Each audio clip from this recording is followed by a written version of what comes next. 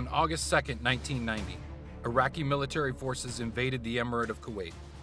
Almost immediately after the invasion, the United States and allied countries deployed troops to the Middle East, implementing Operation Desert Shield. On November 29, 1990, the United Nations Security Council passed Resolution Number 678, condemning the Iraqi invasion of Kuwait and authorizing its member states to use all necessary means to restore international peace and security in the area and ensure Iraq's withdrawal from Kuwait. The United Nations deadline expired at midnight, Eastern Standard Time, January 15, 1991.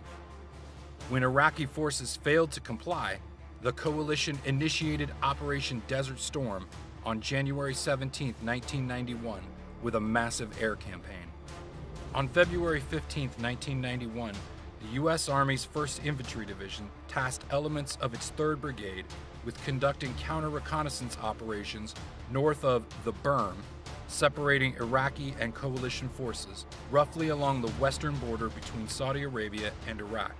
Its mission: to destroy Iraqi reconnaissance elements and to degrade their ability to use indirect fires on the main body of the U.S. 7th Corps. 3rd Brigade 1st Infantry Division provided the headquarters for Task Force Iron. It consisted of 2 maneuver battalions, 1-4 Cav, and 1st Battalion 41st Infantry, with the 4th Battalion 3rd Field Artillery in direct support. Task Force Iron also received general support reinforcing fire from an additional 16 artillery battalions. 1st Battalion 1st Aviation Brigade provided attack helicopter support. Engineers from the 317th Engineer Battalion rounded out the task force. Task Force Iron's mission was to conduct a covert breach of the berm on the Iraqi border and then advance through the breach to establish a screen line for the rest of the 1st Infantry Division once the main attack commenced. A breach is a synchronized combined arms activity conducted to allow maneuver through an obstacle. The task force's success rested on winning the counter-reconnaissance fight. Destroying the enemy's reconnaissance assets would prevent the Iraqis from gathering information on the coalition's intentions. This would go a long way towards setting conditions for success later in the campaign. Army Techniques publication 3-20.96 describes counter-reconnaissance as a tactical mission task that encompasses all measures taken by a commander to counter enemy reconnaissance efforts. It denies the enemy commander the ability to conduct reconnaissance and develop situational understanding. Countering enemy reconnaissance is the first and possibly most important step in ensuring the main body can execute its mission. At 1100 on 15 February, Task Force Iron initiated movement with 2 scout weapons teams from 1-4 Cav forward. 141 Infantry followed to the east, and 1-4 Cav followed to the west. At 11:30, 4-3 Field Artillery fired on Iraqi vehicles that could observe the task force's movements. Upon reaching the border, engineers created multiple breach lanes in only 15 minutes. The squadron advanced through the breach lanes with the tanks in the lead. Shortly after noon, all of Task Force Iron was through the berm and moving north. By 14:30, the entire task force was approximately 2 kilometers inside Iraq, but still short of the limit of advance along phase line Minnesota. The task force spent the next day clearing the area and improving its position. At 21:42, the task force made contact with what was believed to be 6 vehicles moving from northwest to southeast. Since the targets were beyond the limit of advance along phase line Minnesota, the task force prepared to engage with indirect fire, but the vehicles quickly moved out of range of the forward observers.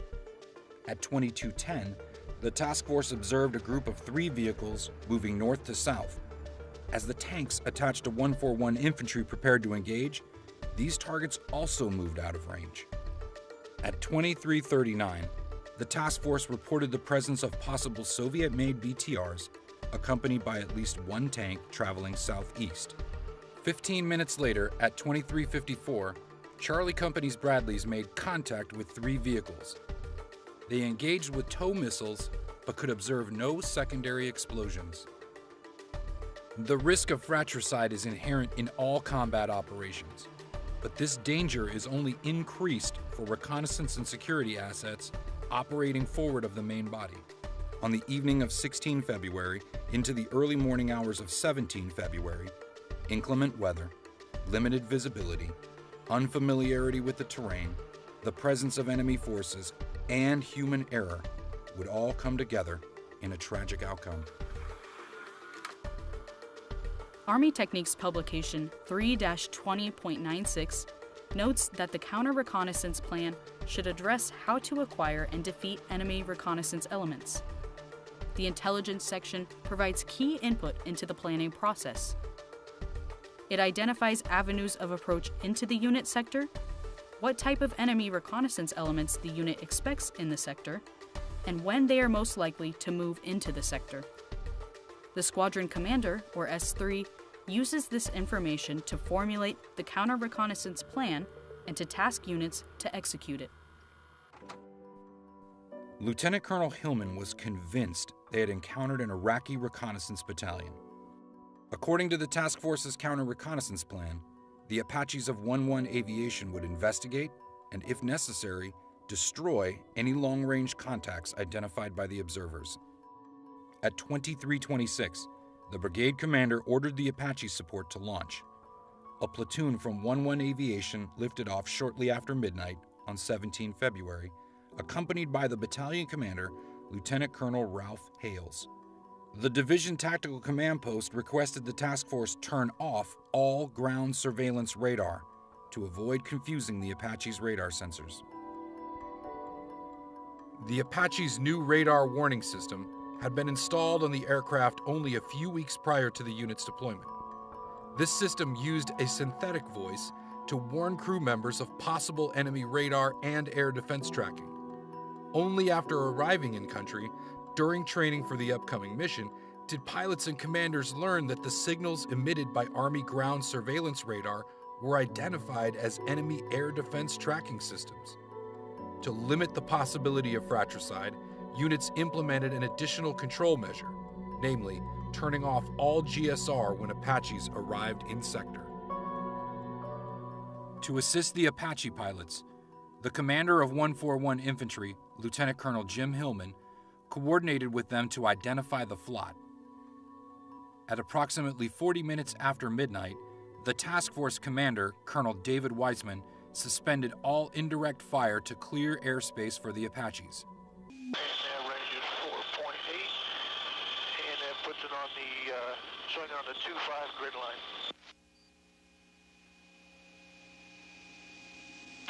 Iron Deuce 6, Gunfighter 6. Iron Deuce 6. Roger. What has happened here is that you have a Bradley, and let me give you the grid of this Bradley.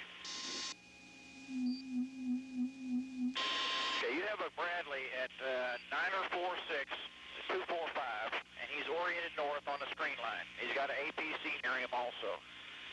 Then off to his right are these two vehicles that I see, and those are the vehicles at 915270. Your Bradley is not even looking anywhere near them. Over. 4 kilometers. The box-like vehicles, the box APC type vehicles are consistent with the type that was fired earlier, Break. I have no forces forward of the 2-5 grid line. Colonel Weissman ordered them to destroy the targets, but the pilots hesitated as they had yet to make a positive identification. Well, I'm going to tell you, it's hard to pull this trigger. Back me up a little bit here. Tell me, I'm firing heading 070, 3,800 meters. The high winds and limited visibility combined to misorient his crew. While Hales believed the aircraft was oriented north, the high winds had caused the aircraft to drift so that they were instead pointed northeast. Okay. I'll be firing in about 10 seconds. Roger. Lieutenant Colonel Hales fired 2 Hellfire missiles. I hope it's enemy. That's all right. Just stay on them. Here it comes. That's one. I guess you could say that hit it. All right. Now let's take a look at the second one. Seconds later, the GSR vehicle was destroyed as well. The 3 remaining scouts and all 3 GSR crew members were wounded. Lieutenant Colonel Hales identified 2 individuals staggering away from the second vehicle. There are no hot targets. Oh, got 2 personnel walking away from the targets. Roger, you got guns? He ordered his wingman to engage with the 30mm cannon. It was then that Lieutenant Colonel Hillman broke into the transmission. Let's solve it. The kiss it. Reporting that maybe friendly vehicles may have been hit over. What? Roger, I was afraid of that. I was really afraid of that. Major General Rame, who had been monitoring the engagement on the battalion's command net, ordered it broken off immediately. As the Apaches returned to their assembly area, Task Force Iron continued the fight. For the next 2 hours, the task force continued to have sporadic contact, but by 0300, enemy activity had ceased. There were numerous mistakes made that night. Although 7th Corps had standard operating procedures for identifying friendly forces and preventing fratricide, many of these proved ineffective during periods of limited visibility. Thermal tape applied to vehicles was often indistinguishable at ranges over 1,000 meters. Infrared strobe lights provided a visual marker under passive night vision devices, but were not visible through the thermal systems used by Army ground and air combat systems. The most common marking system was a black inverted V painted on vehicle hulls. Another common marker was red VS-17 marker panels tied to the back or top of vehicles. Although many field expedients were tried, the most common limited visibility markings were red lens flashlights tied to bustle racks on tanks and Bradleys. Unfortunately, these were not visible through thermal sights.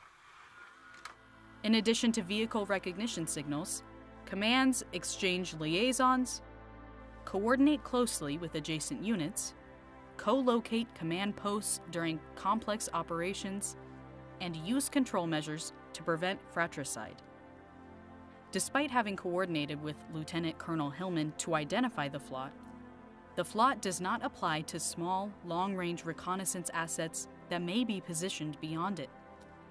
In these circumstances, friendly forces forward of the FLOT may have a restrictive fire support coordination measure, such as a restrictive fire area or a no-fire area placed around them to prevent friendly fire incidents. Commanders also establish a limit of advance, or LOA, to prevent fratricide. The limit of advance is a phase line used to control the forward progress of an attack. The attacking unit does not advance any of its elements or assets beyond the LOA, but it can push its security forces, such as reconnaissance assets, to that limit. Because the enemy contact was well beyond the FLOT and beyond the range of direct fire weapon systems, Task Force Iron should have continued to observe rather than develop the situation by fire. The movement by Iraqi Reconnaissance Battalion opposite 141 Infantry was a demonstration designed to draw U.S. forces into revealing their locations and disposition. Task Force Iron's counter-reconnaissance operation was complicated by the stresses associated with operating in unfamiliar terrain under limited visibility. The open desert made it difficult for commanders to tie control measures, such as the FLOT and LOA, to easily recognizable terrain features that could be used to control movement and ensure an accurate common operating picture. Although they did not compromise their position or yield ground to the Iraqis, 2 of the scouts lost their lives in the confusion and miscommunication that clouded the battlefield that night. In the aftermath of the conflict, the U.S. Army made numerous changes to prevent future incidents of fratricide. On the morning of 18 February, Task Force Iron was ordered to displace south, back through the berm.